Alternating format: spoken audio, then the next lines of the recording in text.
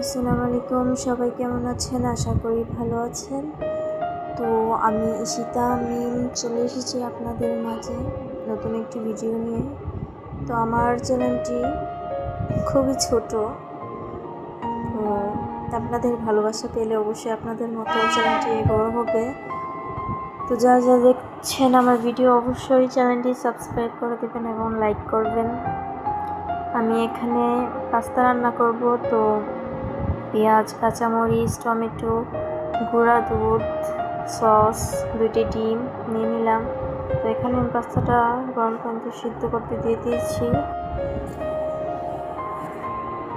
তো আমি পাস্তাটা এখানে 60% মতো সিদ্ধ করে নিয়েছি। আপনারা চাইলে কম বেশি করে সিদ্ধ করে নিতে পারেন। সবাই তো মোটামুটি পাস্তা রান্না করতে পারেন, আর এখন যেহেতু মোবাইলের যুগ, সবাই মোবাইল থেকে দেখে দেখে রান্না করতে পারেন। তো আমি যেহেতু ঘরোয়া পদ্ধতিতে পাস্তাটা রান্না করব, মানে হাতের কাছে যা ছিল তা দিয়ে রান্না করব। তো আমি হাঁড়িতে পাস্তাটা ছেঁকে নিয়ে এলাম, হালকা একটু ঠান্ডা পানি দিয়ে নেব, যেটা আমরা নুডলসের বেলা করে থাকি। এখানে আমি সেম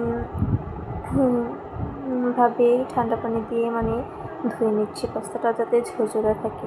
এখানে একটা প্যানে আমি সামান্য তেল দিয়ে দেব। তো তেলে আমি এখন তেলের মাঝে তেলটাকে আমি একটু ফ্রাই প্যানটার মধ্যে, যাতে চতুর্পাশে তেলটা যায়, আমি একটু ভাজা কাঠি দিয়ে তেলটাকে একটু ব্রাশ করে নিচ্ছি।